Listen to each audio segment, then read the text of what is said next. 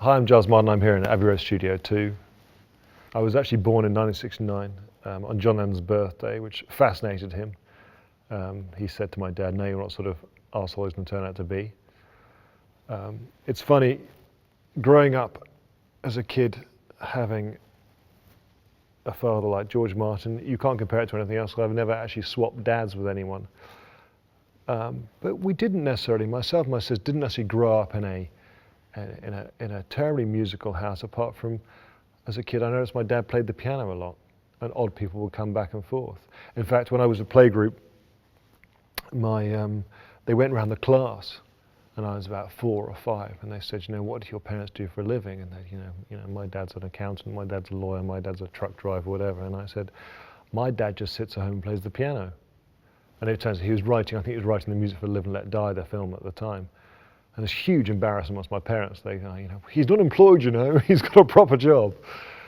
And so it wasn't a sort of thing. I think growing up I didn't necessarily grow up in a musical household. It wasn't, I had the privilege of meeting people like Paul McCartney at an early age and meeting, the Beatles at an early age, but they were just friends of my parents. It didn't mean a whole lot to me as a kid.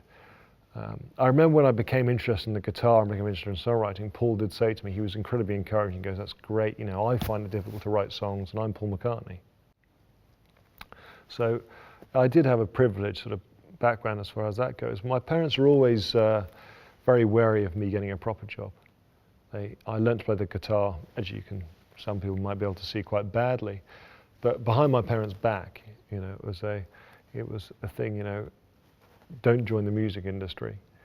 I'm delighted I did. In fact, I really got involved in music because my dad started to lose his hearing when I was about 16, and he needed a second pair of ears, and he didn't really want to tell people he was losing his hearing, so I became his ears to a certain extent. I'd come in and try and help him. Through that, I would learn off him, and we started working together. And it was actually a great thing because I was needed to a certain extent by him, which is nice as a son and a father working together. At the same time, he was always very good. He never had a sort of "that's my boy" kind of attitude. He was always very receptive to my ideas. And in fact, he's been receptive to people's ideas throughout the whole of his career. And he treated me no differently and was always open to my suggestions, however wrong they may be. And God knows I made lots of wrong ones. So it gave me a chance to learn, and gave me a chance to respect him for what he does and what he's done. I never I was never any good at learning songs off by heart. I mean, I bluffed my way through most things. I've never been terribly accurate at playing anything. I can play a number of things very badly, but I was much more interested in playing for a reason. So as soon as I learned to play the guitar with a friend of mine, we started playing in the underground here, started playing in tube stations. Playing whatever songs we could learn, basically, as you do. And my dad was especially distraught by this. He didn't want, George Martin's son being arrested because it's illegal. At that stage, it was illegal to busk. In fact, the way we played it should have been illegal, but it was illegal to busk. And I then got into playing bands. I formed a band, as you do, and I had a great time. I think playing in a band, learning to play an instrument, learning to play a guitar was the best thing I ever did. And not that I practice the guitar or play it very often now, but it opens so many doors as far as if you're willing to play it to people, if you're willing to bore people with it. It's great, to meet people and chat. It's like a great hobby to have. It's better than video games, for instance. And I think that being in a band taught me more about recording and music, fun enough, than being the son of George Martin did. Because if you're the son of someone, people expect you have this knowledge, which generally you don't have. People think you grew up in recording studios. Of course, I'd spent more time in studios than probably other people are 16, but it's still just a row of buttons. If you're 16, it's still just, a compressor. Of course, I know what a compressor does. I hadn't got a clue for a long time because people expect you to know these things. But if you're in a band, especially as I was in an unsuccessful band, you have a chance to make a whole lot of mistakes and learn stuff. And the hardest thing, not that it's a bad thing, but the hardest thing if you're a son of someone famous or a child of a famous person is you don't get that many chances to make mistakes before people go. People are hoping for the second coming. People are going, he's going to be just like his dad. And if you screw up, you're then the other way. He couldn't get a proper job. And so being in a sort of hidden band gave me a chance to learn. And that's what, music is about evolving. It's about discovering new stuff. It's about learning new songs. It's about learning how things work. It's not about playing the same old things every day, then things become boring. After playing in a band, I carried on playing I always played with people, always like going on tour and playing in pubs and clubs. So I thought it was just great fun. And I started writing jingles, I started writing commercials.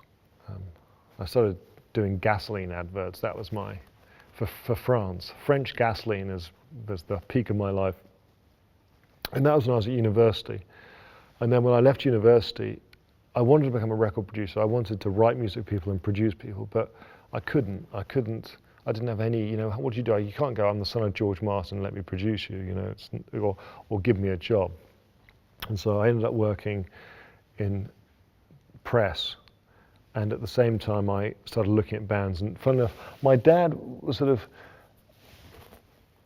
he was nervous, I think, of me following in his footsteps at this stage. And I saw a band called My Life Story. They're playing My Life Story. They're playing at the Astoria in London.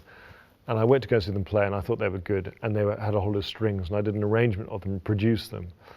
And they released a single that became sort of #1 in Melody Maker and Enemy and the Cool magazines. And someone showed it to my dad and said, look what your son's been up to. And I was just doing it in the evenings, as you do if you're a fan of music and you want to get into music. And that kind of opened doors for me. I left the press job and became a producer.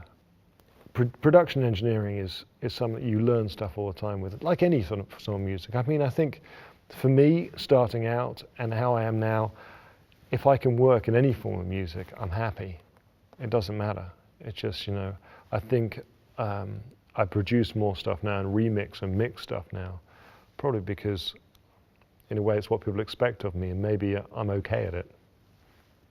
The Love project came from the fact that they needed to do a show. It was George Harrison and Guy Liberté, who's the head of Cirque du Soleil, were friends. And they decided to do a show, and they decided they couldn't have anyone singing Beatles songs a la Mamma Mia. They didn't want, a chorus singing Hey Jude on stage. And I think that's the right decision. And so they approached my dad, and I'd just had quite a lot of success in the UK doing classical stuff at the time. And Apple came to see me, and I sat with my dad and talked to them about it. And I said to them, I could try creating a gig that never happened. And Neil Aspinall, who was the head of Apple, said, I'd love, we talked about, because he was their roadie, we talked about their shows. We talked about, starting off with Long Tall Sally and finishing with Twist and Shout, or, creating the thing. And I said, well, listen, with Pro Tools and digital stuff, I can perhaps create a gig that never happened. So, under complete secrecy, I went upstairs here into a very small room and took some material, and I took at the beginning, the drums from the end, and Get Back, because I realized they're the same tempo, and because I thought I'd start a gig, never happened, with a drum solo going into a song, and started moving things around, and people said mashing up. I always thought it was a bit rude. And then thought, how am I going to start this? And got the piano from A Day in the Life and turned that backwards, because I thought if that makes a good ending, it'll make a good beginning as it sucks into the chord from Hard Day's Night. I just had fun, And my view was, if I can impress my dad doing Beatles stuff, then that's pretty good. As a son, you're always trying to impress your dad, I think, or compete in some way. And it just so happened that it was on Beatles stuff, and I was auditioning for the Beatles. And I really thought that they probably wouldn't like it. I really thought people would think this is a really bad idea. It sounds like a bad idea if you just talk about it. And I then took Within You, Without You and Tomorrow Never Knows and stuck those together, because I thought this will definitely get me fired, if nothing else. And they came and they really liked it. They liked the ideas. And so I ended up becoming the sort of legacy which I kind of fought against for a long time. And here I am now in Abbey Road talking about it. Suddenly became part of it, and I backed up all the catalogue onto Pro Tools and started working on this project, which became Love. I came with my dog Stan and went to my room and started working. We had a list. I worked with the director of the show and my dad. My dad would come in 2 days a week, and I'd play him ideas and we'd work through stuff. So he was kind of producing me doing it. But the bosses were the Beatles, Ringo and Paul, and Olivia Harrison and Yoko Ono, who were representing George and John. And it was important that they liked everything. They had to hear everything before it was passed on anywhere else. And the interesting thing about the Beatles, it's such a protected circle, rightfully so, that if you do something and no one likes it, no one ever hears it. You know, and that's actually quite a good thing for me, because it means I could take risks. You know, occasionally people at Abbey Road were sort of, you know, people who hadn't heard anything, which the majority of people here, didn't like the idea of what we were doing, and didn't like the idea of me coming in and changing. People think it's changing history, but it's not, because I'm not deleting anything. I wasn't, you know, I was just really trying to do something different. And Ringo and Paul would come in. The funny thing is they come and listen to stuff, and they're not allowed to take stuff away either. It's not like you give them a CD. The only chance of them listening to the new mixes we were doing was by coming here and listening to them.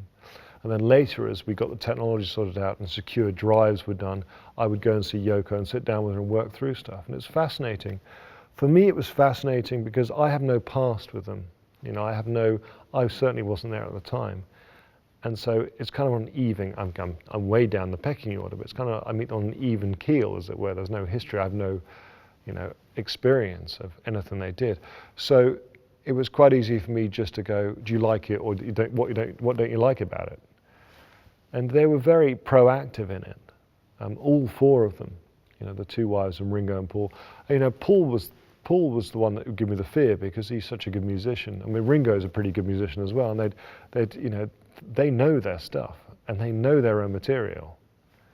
And occasionally, in fact, when we were doing the show, I sat down with Paul and I went through each bit and, you know, played in bits in the theatre, and it was great. It was a great evening. And he goes, you know, he said to me, you know, I'd have to say I really like what you've done, and what you've done has been sympathetic with my music, and I really appreciate that. For me, that was just, you know, the best.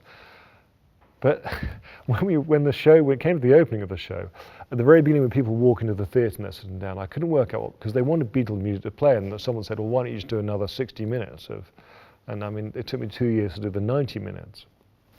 So I decided to get as many Beatles on as I could by taking the vocals off, which is difficult with Beatles stuff because there's so much leakage on the tracks, and just play the backing tracks. So it's like the Beatles are playing their backing as you walk in. So you have Dear Prudence with no vocal, you know, you have Should Have Known Better with no vocal, and Penny Lane with no vocal. And the idea was that it would counterpoint Because. When Because starts, it's just vocals. So I'm sitting with Paul, and my dad's there and Paul's there, and Penny Lane's playing in the ceiling of the theatre. And Paul goes, and what's this then? And I went, it's Penny Lane. Because I know it's bloody Penny Lane, but what's it doing in the ceiling? And I said, well, I just thought it'd be an idea to, you know, because they listened to everything. I thought it'd be an idea to maybe put the backing tracks up there. And he's like, oh, okay, you know, I'll have a listen. And it's right there, because it is their music. And, you know, and my dad sometimes, you know, he feels embarrassed because it's not his music, and it certainly isn't mine. It is theirs. There were 4 Beatles, and it was their band, and that was it. There's no 5th Beatle. With music, there's things you'd like to do. I wish I could play things better. You know, I've always thought, you know, it'd be great to really learn how to play the bass properly, or guitar properly, or piano properly. You know, but it's just a question of time. Maybe I'll start watching our video tunes and then become a better musician. But you know, I'd like to, you know, work with, you know, a really good young band. At the same time, I'd love to go and do something like the Love Project with something else, you know, with taking stuff and creating, make people listen to music again. The good thing about Love is people do analyze it, people do listen, and people don't have it on the background, they do actually get into it. And that's why we do music. We do music because we're passionate about it. And so, really, I mean, I'm about to write a television thing, you know, it's a question of writing, producing, and being creative. And anything that lets you do that, you take. And every day, I just can't believe I can do this for a living.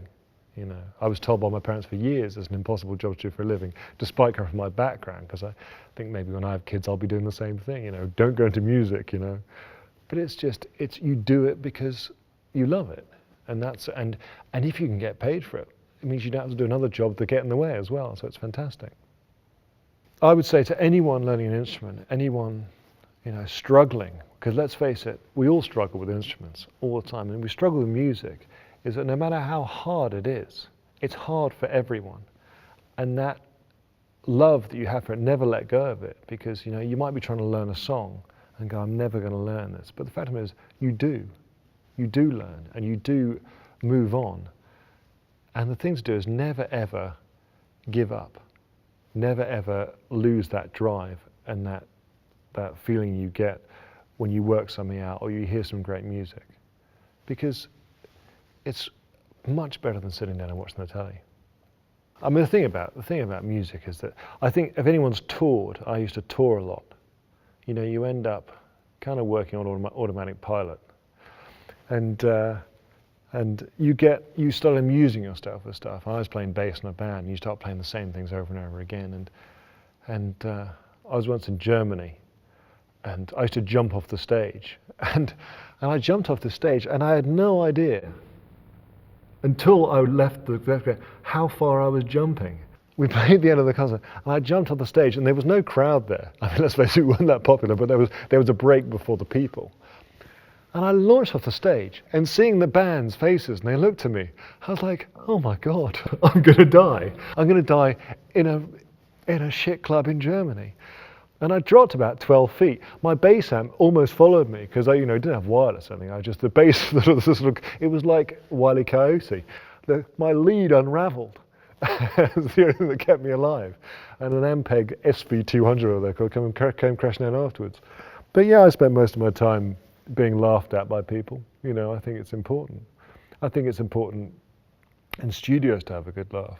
It's funny, I mean, you know, the Beatles, it's one thing that was shocking for me from listening to all of the tapes, everything they did, was not, you know, how serious it was how much kind of fun there is in the tapes, even when you think, oh, the White Album they didn't get on, they're really cracking up most of the time. And it's kind of, you forget that actually they came to the studio to have a good time. And all the other stuff you read about happened in offices and accountants and all that sort of stuff. Most of the studio stuff is great. And that's the thing about music. Music should be fun. You know, if you're learning music, have a laugh with it. And don't sit on your own and do it. You know, find someone to play with. Because the great thing about music is there's always someone worse than you. I mean, in my case, you really have to hunt them out. But, you know, there is. And so show off to someone. Well, the great thing about the internet is the fact you can delve into the world of songs and work out chords. And one of the problems I struggle from is you look on the internet, and quite often the chord sheets are wrong. There's some guy going, if you know the right way this song goes, please write in. You think, oh, that's no good. I can work that out. And the great thing about iVideo tunes is it breaks down that barrier, and you've suddenly been taught by professionals. You've suddenly been taught in a simple way by professionals. It's kind of inspired me. You know, I saw iVideo tunes before I got involved in it, and it's inspired me to like going, right, I'm going to see if I can learn the piano better now. You know, and I think that's a great thing. You know, people don't have access to the best people in the world, and now with iVideo tunes they do. You can be taught by some of the best people, you know, from home. And the way it's shot and the way it's done is very simple. You know, if I can understand it, it's very simple. So I think it's a great thing. It's a great learning tool for people. And I think hopefully it'll create great musicians in the future.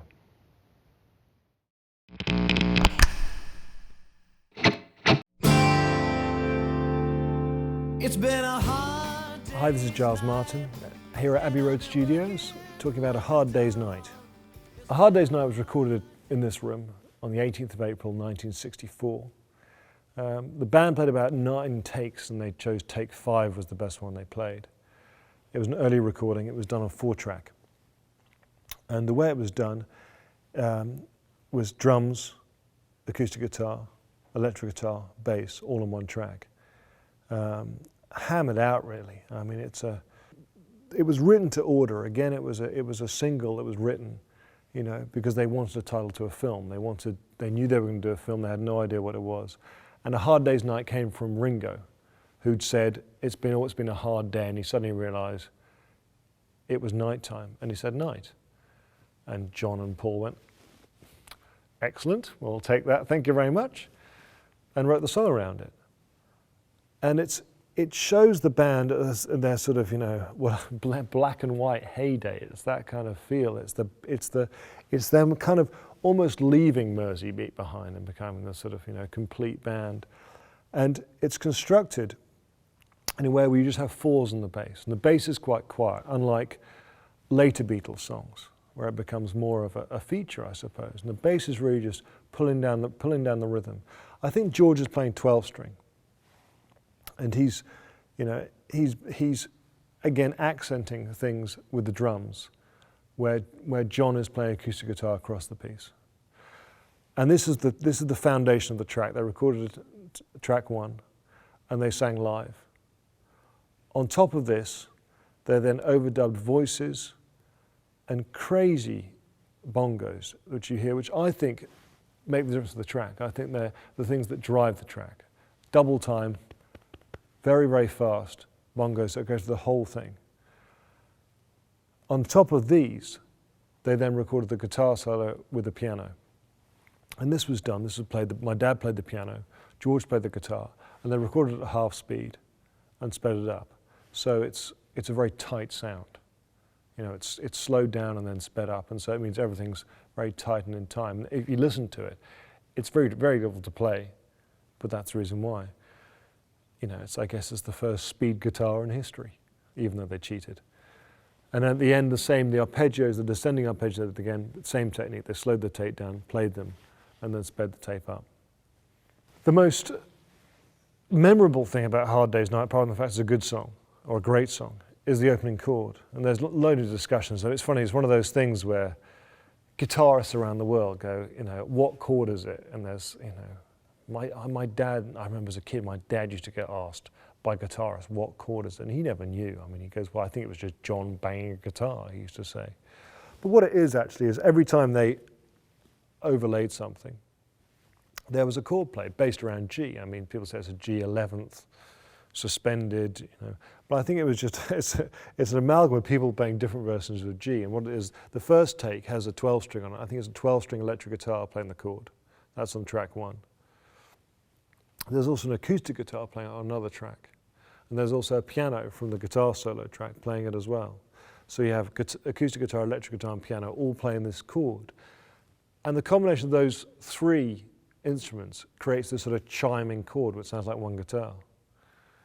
And it's rare. If you think it's so strange, if you think about the Beatles, you know, I mean, I remember struggling doing 5.1 mixes of Beatles stuff, and you have everything on one track. And it's so weird to have a chord on 3 tracks in a Beatles thing. It's complete luxury if you think about it. And in fact, when we used it for Love. We used it as the opening of Love. And my dad, not just content with having the piano, the electric guitar, and acoustic guitar being the chord, we actually put the bell from When I'm 64 on underneath it as well, just to create a chime. But it's one of those great discussions. I never realized it was made up of so many different instruments until I split the thing apart.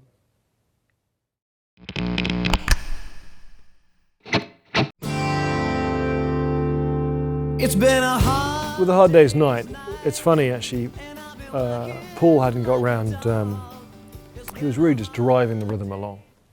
And it's incredibly simple. He's just playing 4s on the bass. It's kind of like a...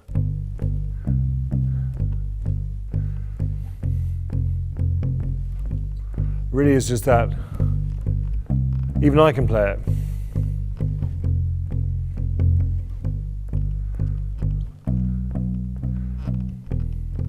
You know, he's just moving things along. It's just one of those things. The guitar, and that what's really driving the thing is the bongos and the guitar. There's no, you know, it's the backbeat. It's just the bass and the drums. The guitar is you know, you imagine the bass playing 4s. It's kind of having the acoustic is just.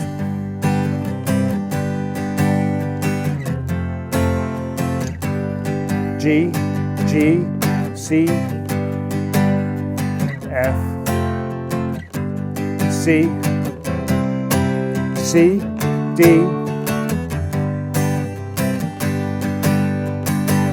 and it's just jamming along. And I think you kind of have a sort of a 12-string part, which, you know, played as badly. That's very bad, but you know. Which George is just playing throughout the whole thing. He's picking out lines that are being played in the choruses. And it's kind of the sort of mash of Mersey beat sound that creates the noise. I mean, the guitar solo itself was worked out beforehand on a piano. They used to sit at this stage of the Beatles recording. The solos weren't kind of like, okay, let's do. In fact, a lot of the Beatles stuff was like, let's go on, play a solo. We'll do a number of passes, as perhaps you would do. It's done in a very sort of prepared musical way. In fact, throughout the whole Beatles recording history, there's not much fat on the records. There's not much stuff you can cut away and thinking, you know, really, do you need that? If you listen to most Beatles records, they're kind of very, very deliberate in the way they're made. And Hard Day's Night is no exception. The way the beginning chord was structured, but also the guitar solo was prepared by them sitting around and with my dad and on it with a piano and working out what the melody was going to be. And then they slowed the tape speed down. And my dad and George Harrison sat, him playing the piano, George playing the guitar, I think maybe even at half speed. And they played the solo. That's why if you listen to the little triads in there, they're kind of cut in a little way. That's because the tape's been sped up. So the solo was, you know, a production technique, which kind of was interesting. And this is part of the Beatles sound. The Beatles sound were known for, the Beatles, especially later on, were known for their studio recordings. They were known for breaking the boundaries in the studio. So being here in this room and breaking the boundaries. But really, what makes them such a unique sound is the fact they counteracted their live, raw sound, take Hard Day's Night, with a new production style. But you can't have one without the other. If you had just production styles, it would be like a radiophonics workshop. And if you just had the raw band, they would have sounded like a lot of other bands at the time.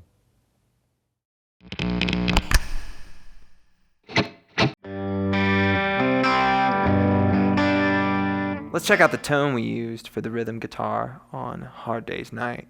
The rhythm electric is a 12-string electric, and I'm using the bridge position pickup.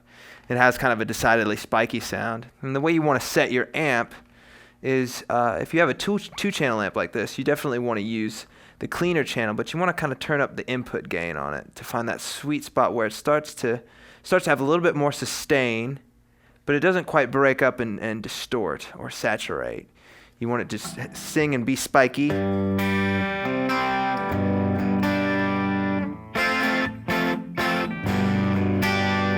But you definitely don't want it to have any kind of fuzz on it. And again, to simulate the sound of the amps of that era, which were decidedly more spiky in the mid-range and the top end, I've turned up the treble just a little bit, and I've spiked up the mid-range just a little bit. I've left the bass and the presence flat.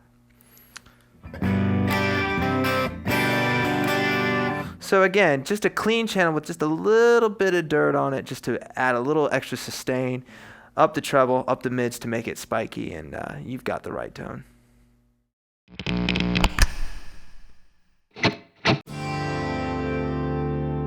It's been a hard day's night, and I've been working like a dog. This is A Hard Day's Night by the Beatles. It starts out with that iconic chord at the very beginning. And this is one of the most disputed chords in rock and roll history. They have seen it played so many different ways, the most common being kind of this G sus. And we did a little bit of research, and the solution that we liked the best was that both George and John were playing this F add 9, which you do by adding your third finger here to the third fret of the fourth string, second finger on the second fret of the third string, index finger on the first fret of the second string, and your pinky goes onto the third fret of the first string. And both George and John are doing that. George is playing it on a 12-string electric, and John's playing it on his acoustic. You have Paul doing a high D, and then you have George Martin playing a piano chord, a G2, a D3, and a D2 all together. And then a little bit of the extra kind of percussive element comes from Ringo giving a little bit of ride and a little bit of snare at the same time that they do that chord. And we put that together, and that's actually, sounds pretty spot on. Sounds pretty spot on. If you want, just if you're doing it solo, you can kind of do that G sus, where it's essentially you leave your first finger and your pinky first finger on the first fret, second string, and your pinky here on the third fret of the first string. And you hit the fourth and third strings open with that if you're doing that solo. But if you have a band and you want to really go for the effect, and you have a piano player as well, it's really an F add 9 chord. So now we got that out of the way. Let's take a look at the rhythm. It's been a hard day's night, and I've been working like a dog. It's been a hard day's night. And then one of the mistakes that I see so common with the rhythm when I see other people playing it is they're kind of doing it real limp-wristed, real not very heavy on the dynamic. And the recorded version definitely does not bear that out. The Beatles were definitely fans of early up-tempo R&B and rock and roll, and the way that they would approach this song definitely fits that approach. There's more of a percussive element, there's more of a syncopation in George's actual part, and it's not so much a lazy dynamic. So I've taken some of the best versions, the versions that I like the best of his rhythm syncopation, and kind of comp them together. He does it a little bit different every single time. So let's give this a listen. A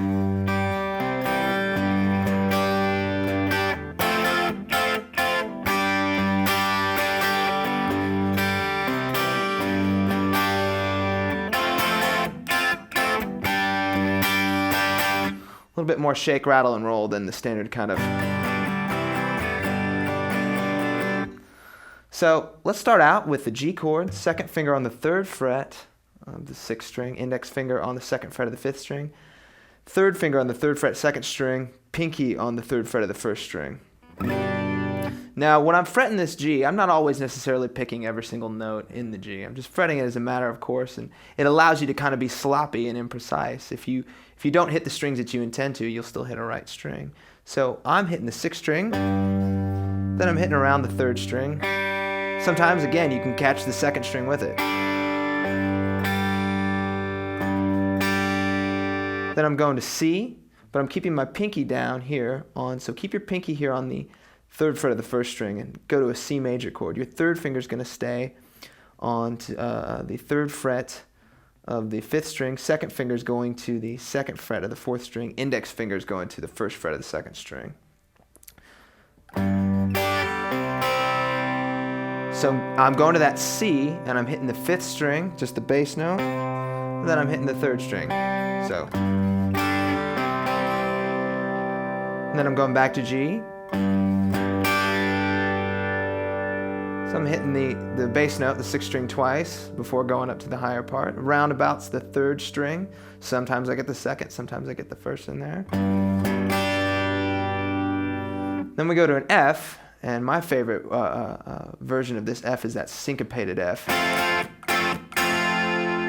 He does that a couple times in the song. Bar with your first finger here on the first two strings, first and second strings here at the first fret, second finger at the second fret of the third string, third finger at the third fret of the fourth string. I'm doing kind of a staccato thing where I'm pushing in each time I strum the chord. So when you let go, you don't necessarily want to let go of the strings. You want to just quit making contact with the fretboard, and that kind of makes the chord go away.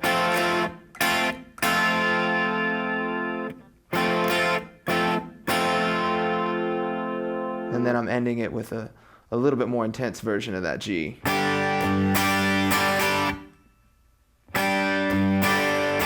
So start out high, go to the bass, and then do a little rhythm here on the high, the first three strings. So let's put that all together.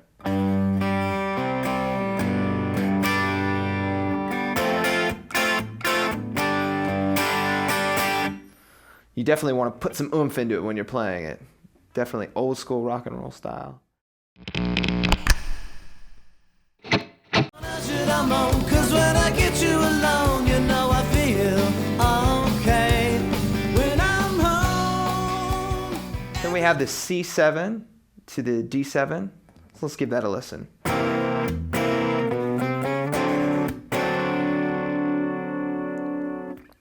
So start out with the basic C shape, but for the 7 chord, you're going to add your pinky to the 3rd fret of the 3rd string. And I'm strumming just the center 4 strings, 5, 4, 3, and 2.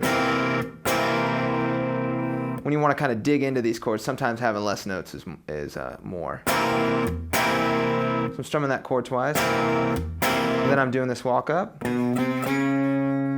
D7. So strum that C7 twice. Bring your 2nd finger up to the 2nd fret of the 5th string. Pick just the 5th string by itself. 3rd finger back down on the 3rd fret of the 5th string. Slide up, and you'll bring your index and your 2nd finger along for the ride here. Hit the 4th fret on the 5th string. Slide up again, and now your 1st finger should be at the 3rd fret of the 2nd string. 2nd finger should be at the 4th fret of the 4th string, and your pinky will now go on the 5th fret of the 3rd string, and that's D7. So let's listen to that.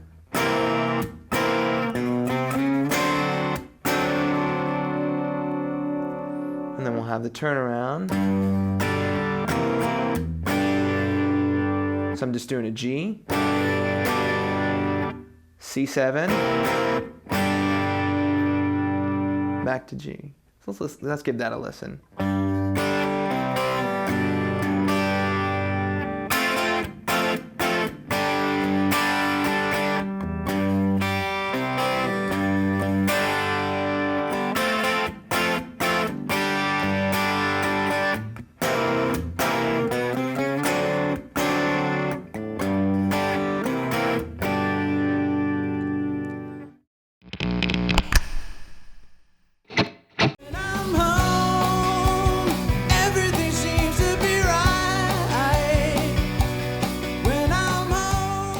Have the section where Paul McCartney sings his alternate melody. Let's give that a listen.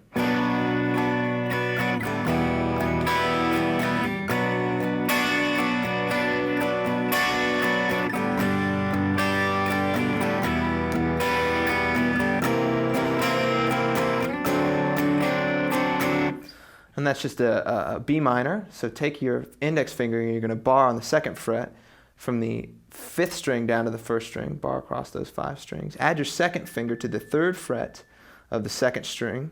3rd finger is going to go onto the 4th fret of the 4th string. Pinky goes onto the 4th fret of the 3rd string. And I'm just making a rhythm out of hitting the 5th string, kind of that bass note, and going between the higher strings, the first 3 strings, that add a little more color.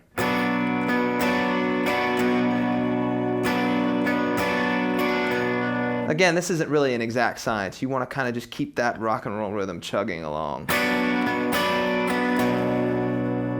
Then we're going to go to E minor. So take your 2nd finger and you're going to put it on the 2nd fret of the 5th string. 3rd finger is going to go on the 2nd fret of the 4th string. Back to B minor. And B minor again.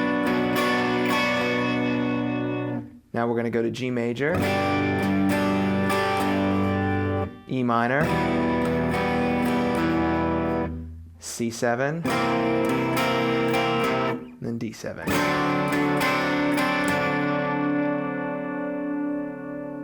So let's put that all together.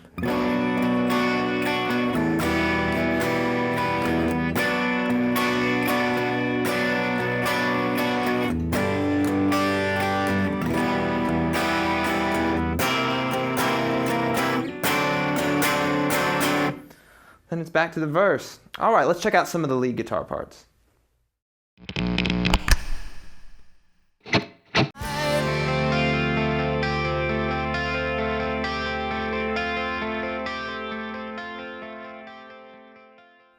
Now at the very end, you hear ringing out this arpeggio.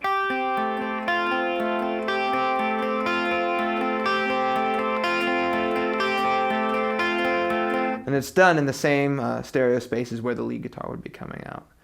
So take your 2nd finger and put it on the 2nd fret of the 3rd string. Index finger is going to bar here on the 1st fret of the 1st and the 2nd string.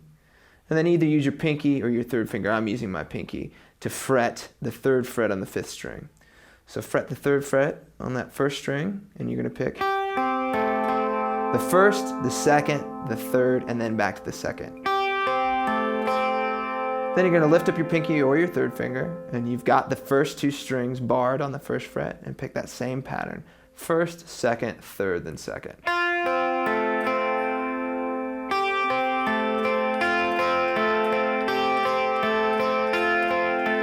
And you go back and forth between those 2 arpeggios till fade out.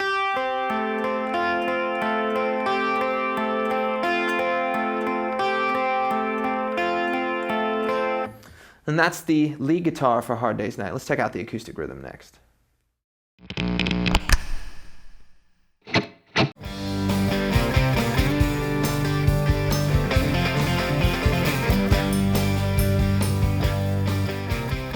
The guitar solo is just as iconic as that first chord. Let's give it a listen. It's definitely based in G minor pentatonic.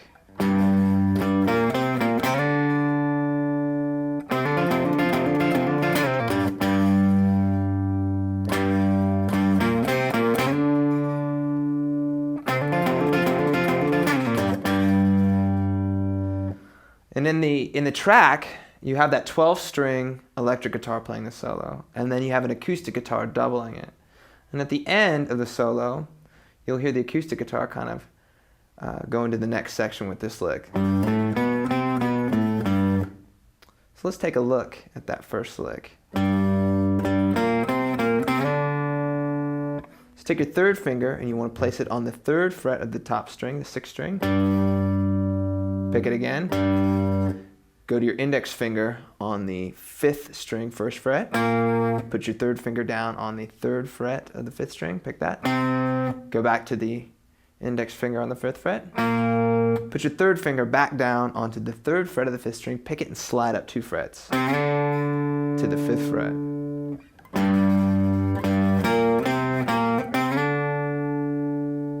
One more time.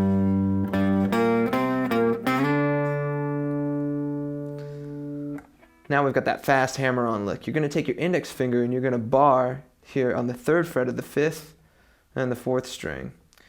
And then you're going to pick the 5th string and then hammer on to the 5th fret of the 5th string. And as soon as you hammer on, you're going to pick the 4th string, which you should have barred with this 1st finger. And let all those notes ring over each other.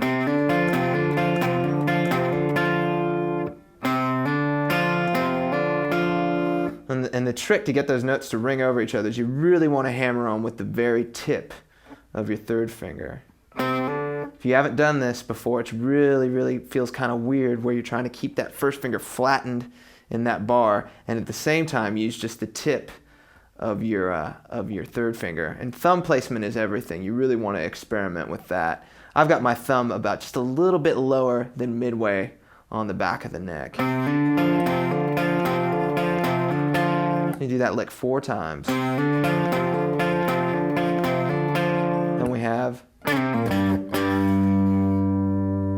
So take your 3rd finger, again it should be here at the 5th fret of the 5th string. You're going to pick that and slide back to the 3rd fret on the same string. Then you're going to pull off to the 1st fret of the 5th string. So have your index finger back here on the 1st fret of the 5th string. Then pull off. When you pull off, it's almost like you're picking the string again with the hand that you're fretting. And with your 1st finger, you can kind of touch the 4th and the 3rd string so that those open strings don't ring out. As a matter of fact, it's kind of a good rule to just kind of touch all the other strings, just barely. So when you do that pull off with a lot of force, you don't get those open strings ringing out. So again, slide down to from the 5th to the 3rd, then pull off to the 1st, swing that 3rd finger back up to the 3rd fret of the string, and hit it twice.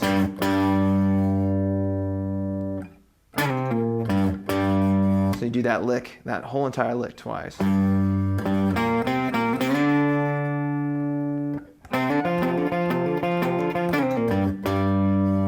then again.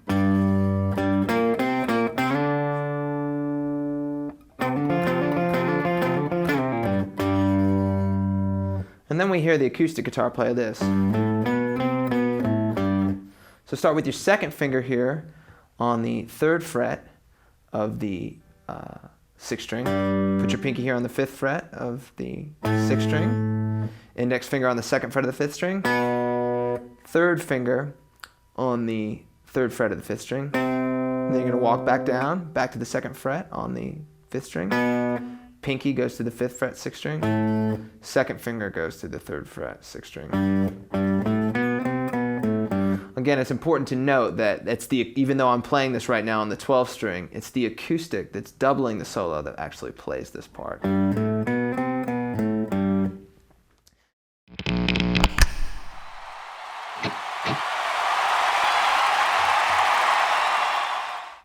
This is the performance of the rhythm electric guitar for Hard Day's Night by the Beatles. It's been a hard day's night, and I've been working like a dog. It's been a hard day's night.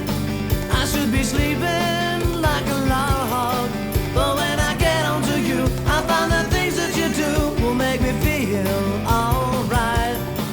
You know I work all day to get your money to buy a thing, and it's worth it just to hear you say you're gonna give me everything. So why on earth should I moan? 'Cause when I get you alone, you know I feel okay. When I'm home, everything seems to be right. When I'm home, feeling you holding me tight, tight, yeah. It's been a hard day's night, and I've been working like a dog. It's been a hard day's night. I should be sleeping like a log. But when I get home to you, I find the things that you do will make me feel alright.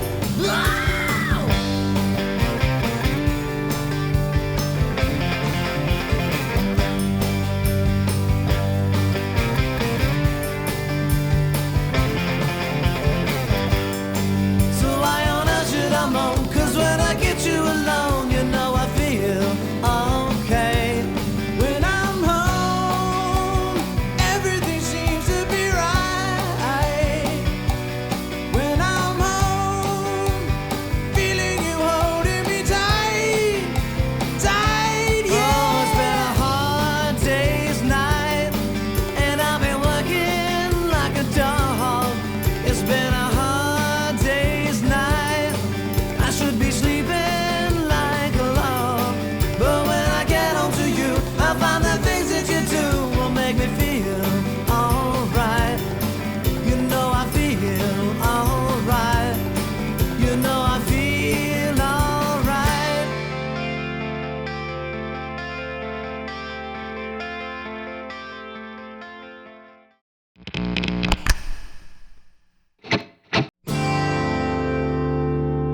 It's been a hard day's night, and I've been working like a dog. Now we're going to be taking a look at the rhythm guitar that's played on the acoustic. It starts out at the very beginning with that F add 9 chord. And you're going to fret that with your pinky here on the 3rd fret of the 1st string. Second string, you're going to have the 1st fret of the 2nd string with your 1st finger. 2nd finger is going to be on the 2nd fret of the 3rd string, and your 3rd finger is going to be on the 3rd fret of the 4th string. Strum just the 4 strings, 4, 3, 2, 1.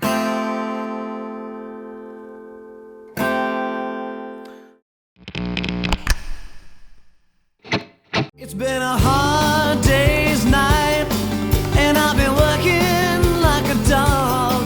It's been a hard day's We go to the verse. Let's give that a listen.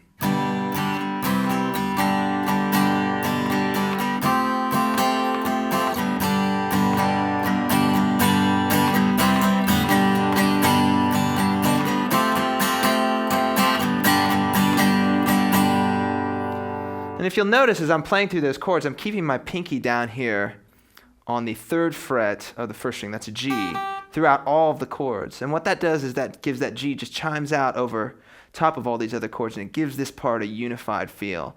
Later on, I'll go to some of the same chords and I'll omit this G on the third string, and that just makes them sound a bit different than the main verse section. So let's listen.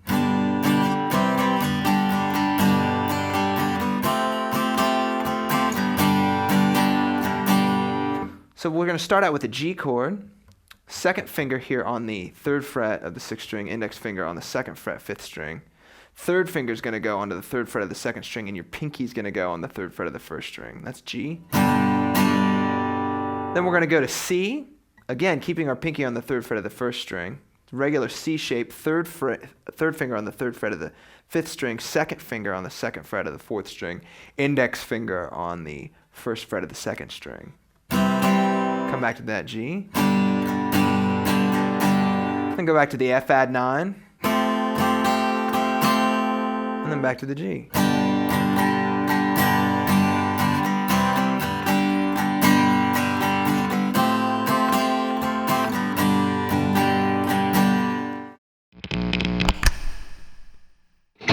Hard day's night, I should be sleeping like a log, but when I get on to you, I find that The next section sees us use a plain C voicing, just a standard C voicing without that extra high G. And that helps it sound just a little bit different than the main verse section. So finger that same that same C, but lift up your pinky off the third fret of the first string. And then D, index finger on the second fret of the third string. Third finger goes onto the third fret of the second string, and your second finger is going to go onto the second fret of the first string. So.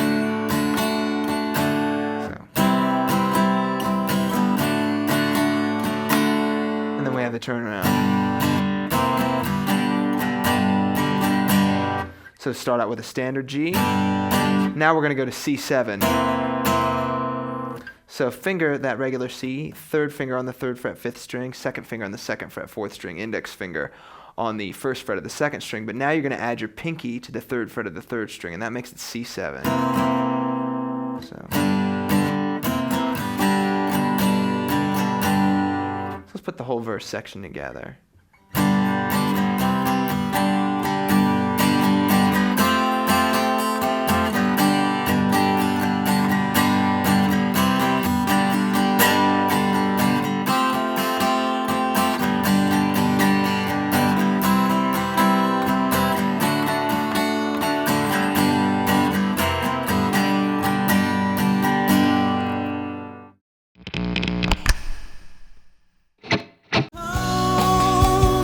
everything seems to be right when I'm home. Next, we're going to go to the second melody that Paul McCartney sings.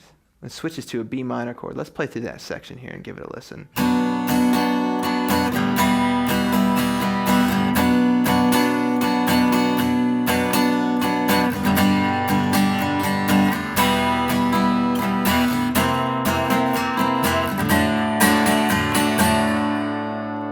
So start out with a B minor chord. Index finger is going to bar from the fifth string down to the first string here at the second fret. Second finger is going on to the third fret of the second string. Third finger goes on to the fourth fret of the fourth string. Pinky onto the fourth fret of the third string. And you just don't strum the sixth string. That's B minor. Then E minor. Second finger goes onto the second fret of the fifth string. Third finger goes onto the second fret of the fourth string. Back to B minor. Then B minor again. Then our G. E minor. C7. D. And then it's back to the verse. Feel alright, you know I feel alright. Now, the I feel alright turnaround at the end of the song, it keeps going back and forth between G and C. So first time you go through from G to C7,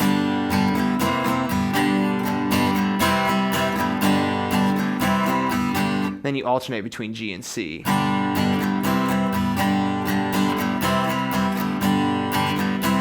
And then you end on that F add 9.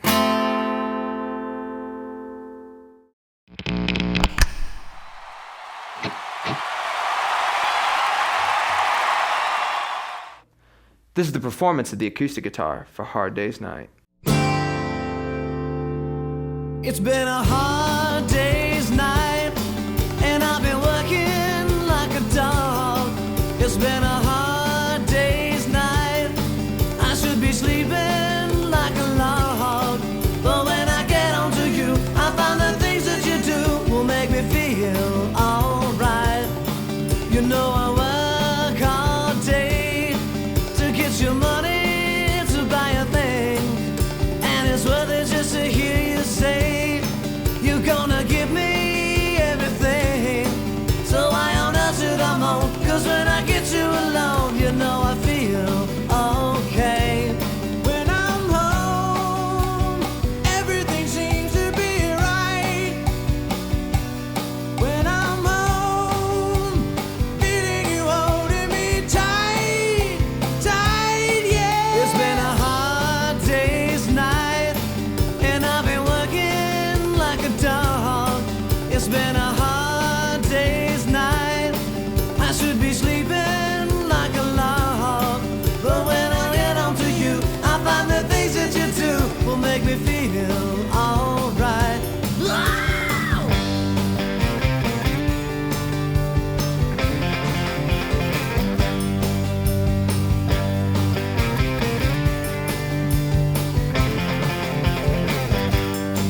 So why on earth should I moan? 'Cause when I get you alone, you know I feel okay.